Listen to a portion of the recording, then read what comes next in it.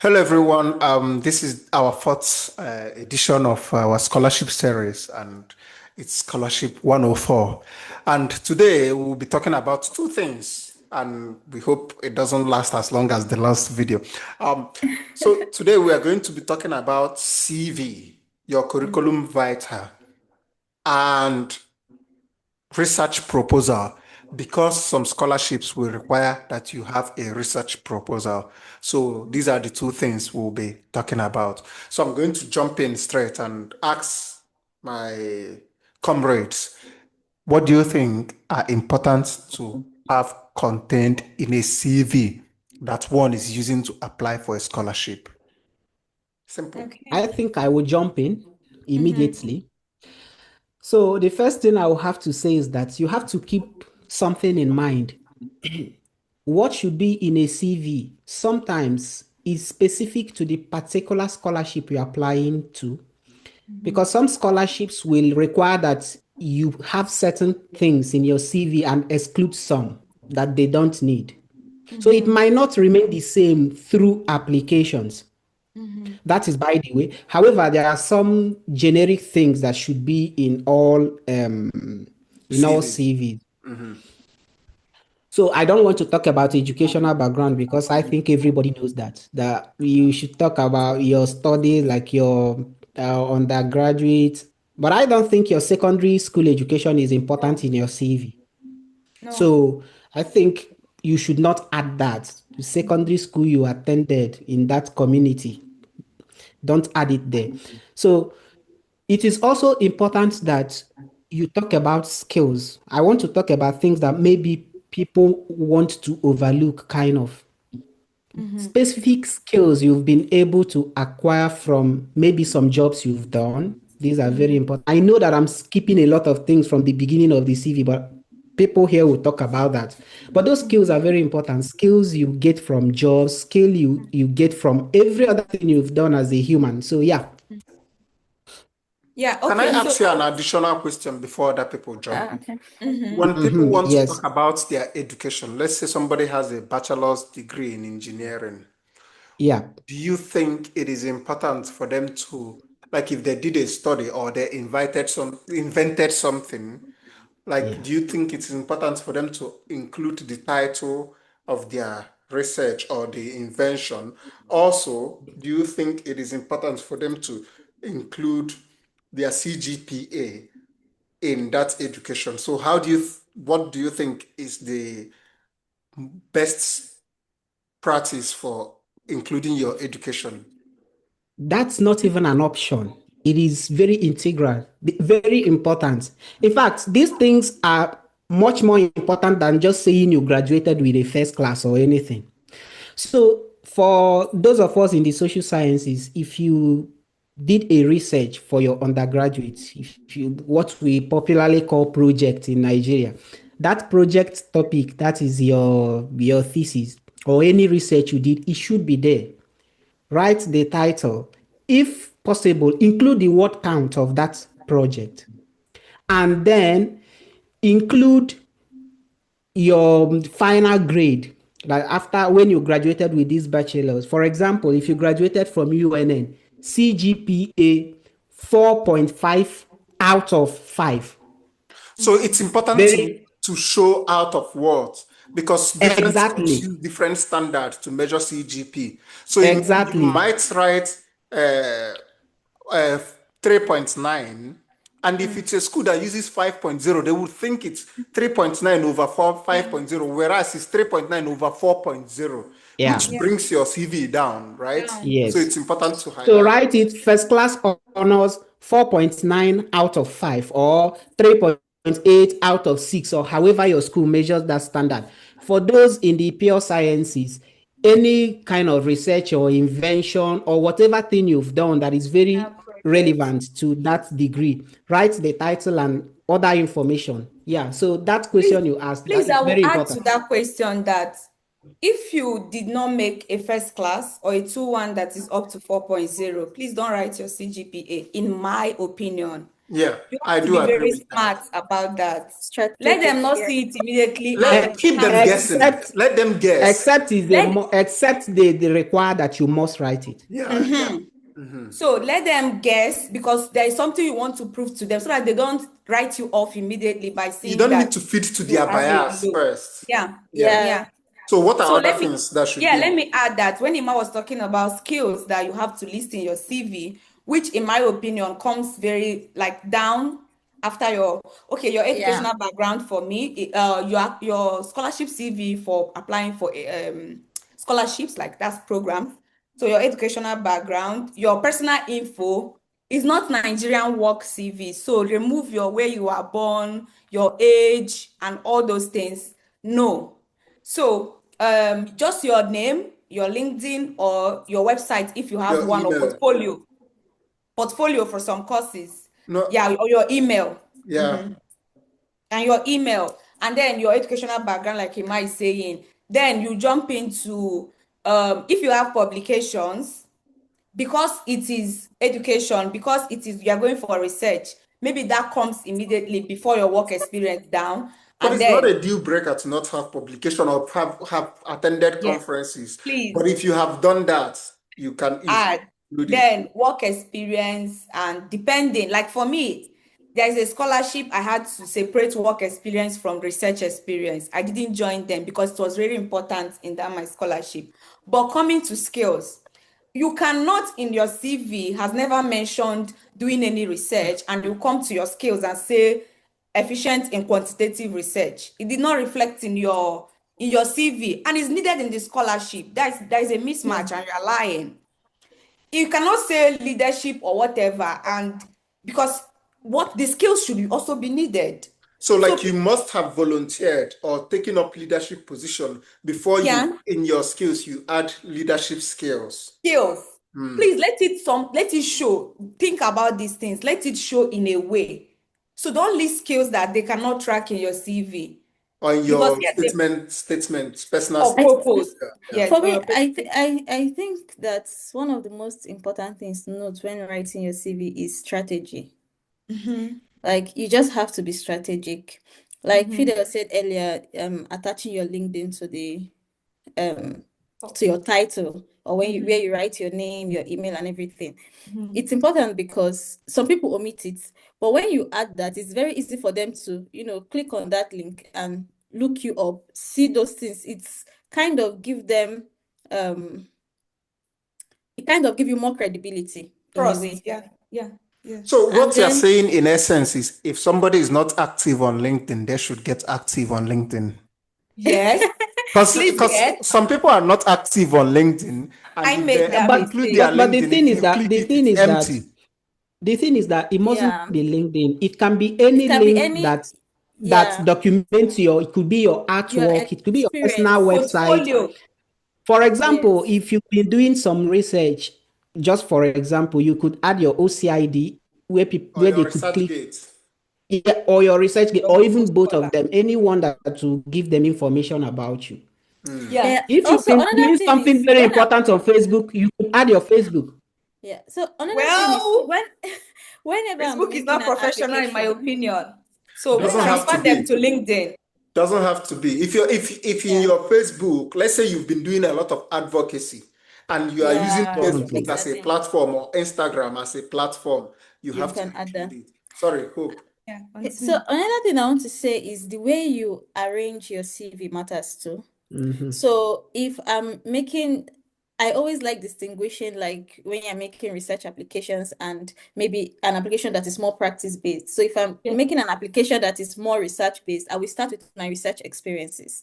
So that would be the first thing they will see before I go to maybe my volunteer experience, and then, or I can even add my publications if I have them before coming to other work experience. So you just have to, like we said, everything have to align. So you just have to know what the program is like based on, and then you make your application to suit, or your CV to suit that Objective.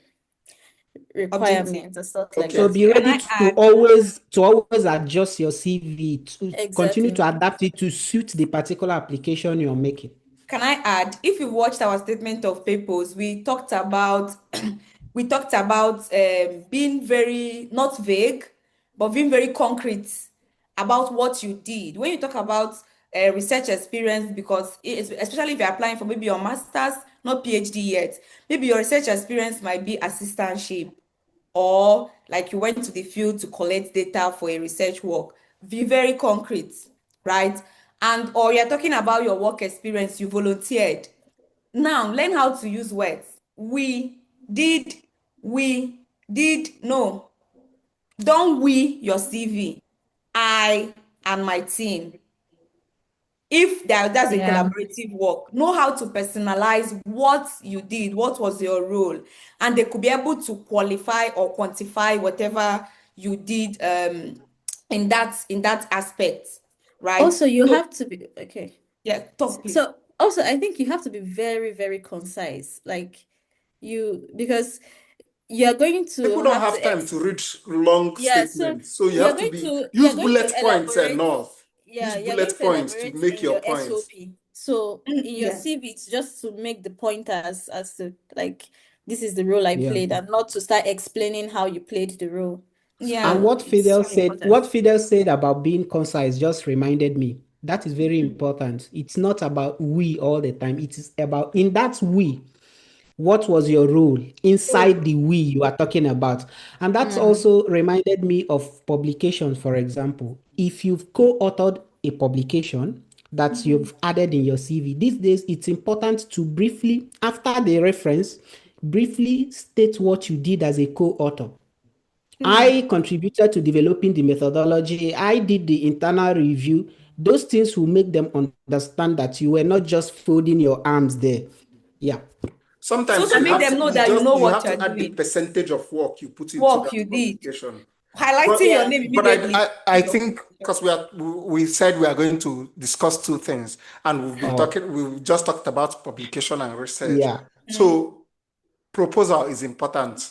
What Mhm. should be in proposals, especially So Okay. for can those I? So, applying to, let's just limit it to a master's program for now. If it's a Mhm. master's program that require a research proposal, what should be contained Mhm. in it?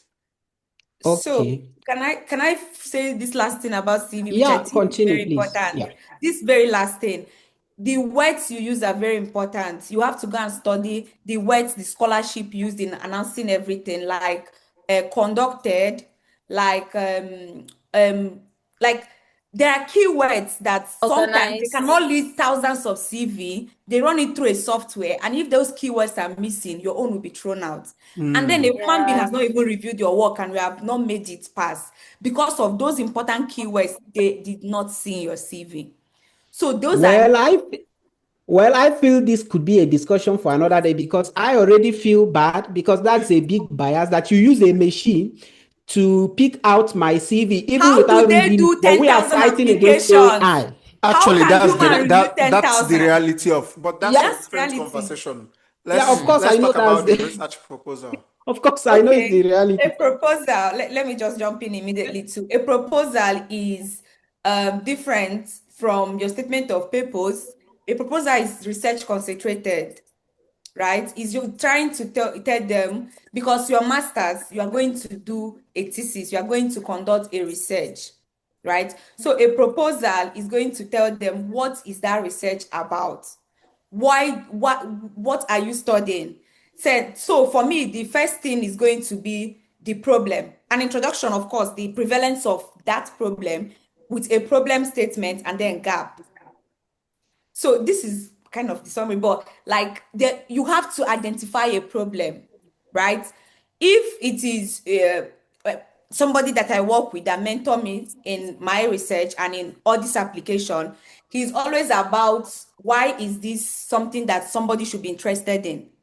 So don't go about looking to somewhere that is overflooded. You can be passionate about it, but look at a problem that people will be like, yeah, this is interesting. We need people to work on this. So, or if this is like, for example, women empowerment, that's where I'm focused, and it's overflooded. All the stories you can tell about women empowerment or women like gender-based violence, they have told it a lot. So, what new thing are you What's your bringing in? niche? what's your niche? What's that thing what you will say and say, this thing has never been looked at, right? That's the problem side. Maybe I'll leave my colleagues to continue. I want Okay, to say so that I that think person okay. who is mentoring you is brilliant. Yeah, he is really. He's my boss. Um, Okay, uh, so I so go on, Hope. okay, I also want to add that just like any other research, a research proposal, while it shows, a gap and a problem, it should also show how you intend to, how are you proposing to carry out that research, which should be the methodology. So, and in your methodology, because it is something you're proposing, which if you eventually get the scholarship, it may change along the line. May But change. then you have to be very realistic. You can't say, okay, let's say you're applying to a program in Australia and you are saying you are going to carry the study in Sydney when you've not studied the population in Sydney, You how see the you Sydney, Australia, how you will get yeah, that. Let's say you want to talk population. about migrants, older adults, for instance, And you and want to then interview 1,000 people. yes, and they don't even have that in Sydney, but you're saying you will do that in Sydney because the school is located in Sydney. So you have to be very realistic, and you have to be able to show like feasibility in your methodology, like how feasible will it be for you to carry out this study. So I Yeah. think like it's really important in your Because those research reading your proposal. proposal know these things. They Yeah, understand. I don't know if Emma has something to say, but I wanted to add a few things to the Yeah. discussion going on. I think, like Yeah. everybody has said, an introduction is important. A statement of the problem is important. Always cite literature, give statistics, give numbers to show that this is proof that this is happening. Yeah. You can't just be saying something in and like bringing out information from out of thin air. You have to ground it in literature, Literature. Yeah. possibly with theory to explain what you are going to be doing. And I wanted to add in the methodology, you have to use future tense. You have to be saying, this is what you are going to do, right? And you have to think about the type of approach that suits into the research you are trying to do. So like you can try to be innovative and think of something brilliant, but what with the population you are going to be working with, is it something that can be done? I'm not saying it's because sometimes you can propose something, but when you start doing it, it's different and you change your approach. But when you are still Of applying for course. something, you have to say something that makes sense, something that is Yeah. reasonable. So, and in your methodology, I think personally, you have to start with what is your epistemology? What is your source of knowledge, right? What is your ontology? And then you ask yourself, who is going to be your population? What is the site? Where is this study going to be happening? Located. Is that population in that site? If you Right. are going to be studying a particular group, are they in that particular place? How are Yeah. you going to collect data? Are you going to do a focus group? Are you going to do interviews? Are you going? How many people? Be as realistic as possible. What's your sample Yes. size? If it's 10, tell us it's just 10. And this is why it's just 10. And And in the methodology, one thing people have to pay attention to is that you must provide a rationale to everything you are doing. Why? If you are yes. saying you are sampling 5 people, why? If you are Why? using interviews, why? If you are going to make them draw or dance, why? If you are going to use participatory research, why? Why? Everything you have to tell us why. And if possible, ground it in existing literature, existing studies. And then how are you going to analyze the data you have collected? Finally, what is the timeline for that research? It's important in your proposal to mention the potential timeline. And Yeah. recently, sorry, I know I said finally, recently, you also have to talk about knowledge translation. The findings you are going to get from this research, what are you going to use it for? What program are you going to develop with it? Or how are you going to translate this knowledge? It doesn't have to be something big. It can be you Big trying to publish it, it can be presenting it in a conference. Knowledge translation is the translation. other Yeah. important thing. Okay. So So if Emmanuel does not have anything to say, let me say about being smart about your application because talking Yeah. about citing studies, If you already, for example, if it's a program that you already mentioned in statements of purpose, that there are professors you want to work for, of course, it's going to be also what will be in your proposal. Then Yeah. imagine the disappointment that you never read any of their work and there is none of their citation there, and they have a lot of publications. Even if it is you, will you not feel disappointed? True. So please be smart.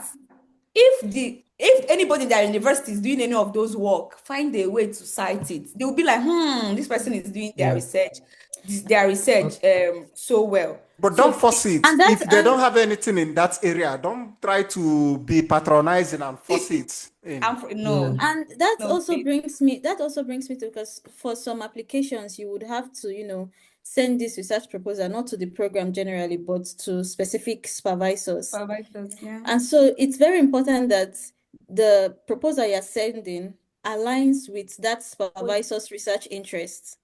So if you are sending a proposal to someone that deals with maybe research on feminism, and you're sending on advancing masculinity, like they are Can just be collected in our defense. Maybe they want to change team.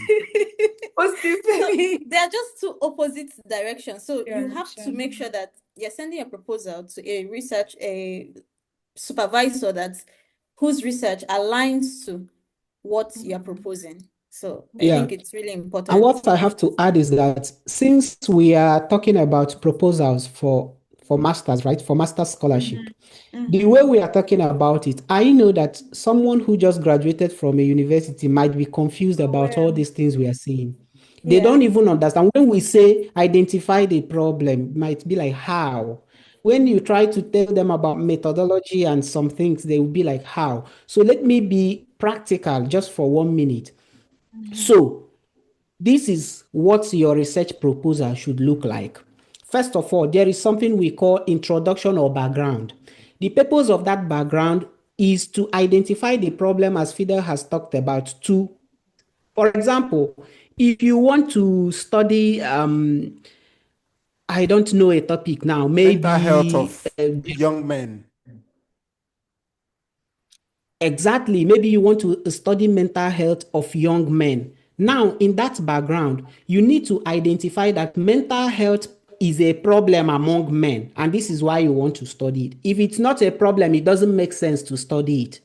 This is to give a background that, and Prince talked about using numbers. For example, 250,000 men are living with Depression. depression in Calabar or in, in wherever you want to do the study. And In New after York. that background, in New York, it could be anywhere. And after that background, I am sounding like this maybe for someone who is not familiar with research. So after that, you go down to talk about brief literature review, because from my experience, a proposal should not be so large, should not be too big. Yeah. So you need to review literature. What are other authors saying about this same thing you're trying to establish right now? And after you do that, go down to the methodology. This is where Hope Sorry, I wanted to say elaborated. something. When you say what other authors have done or what they are saying about, you also, that's where you identify the gap. You say Yeah. this, they have done all these things, but this has not, or this area, or in this city, or in this has not been Yeah. done. Sorry, go ahead. Yeah, Yeah. exactly. So, for example, if other authors have identified that men live with depression and a lot of them also have mental health problems, just like in your background. Now, the gap in knowledge could be that they have identified that men have mental health problems, but they have not identified how Nigerian men have mental health problem. So this is where this is your niche in that particular research. Otherwise, your research doesn't make sense. Hope has talked about the methodology, so I don't need to talk about it. And yes, Prince. these are the basic things that should be in your research proposal. Well, we Oh, have yeah. run out of time, Oh and my God. I know Fida would want to continue having this Yeah. conversation. No, please, can I say something that Yes, even seen from, like, we're not like embarrassing you as an under G because you did your thesis, but Of course. most times this more structured and elaborate one is majorly for PhD. Most universities explain in detail what they need in your proposal. Like for my Exactly. Yeah. program, they just Yeah. need a small summary of how many words That's what I submitted. It was not too much for me. Yeah. I was also guided by my very favorite mentor and the brilliant one. And it was not too much, but I was guided and it didn't overwhelm me. So don't be overwhelmed. It's something you can do. We got you. Thank you Yeah, so and much I for. oh, okay. Sorry, go ahead. I don't So want to cut anybody off. sorry, okay. I just wanted to say that very important tip is actually reading the website of that program, because to my knowledge they always elaborate and tell you what they need and how you should go about what they are looking for. So you just have to read in detail. They will tell you this is what you have to do in this section, how you have to do it, and stuff like that. Yeah. And you Okay. will win. Thank Remember you to so share your much. And testimony with us. this is our fourth video in this series. There will be more videos coming. And Go if and you watch haven't the seen the other one. first, the second, and the third, do yourself a favor and watch those. And then you can understand this one better and the subsequent ones that are coming. And remember to subscribe and click the notification button so that when we post the next video, your phone You will will tell you, see. Bagam. If you have Yeah. questions, ask us in the In comment the comment section. In any section. video, we'll Yes. Yeah. respond it in the next videos. Yes. Yeah. All right. Take Bye. care. Ciao. Bye.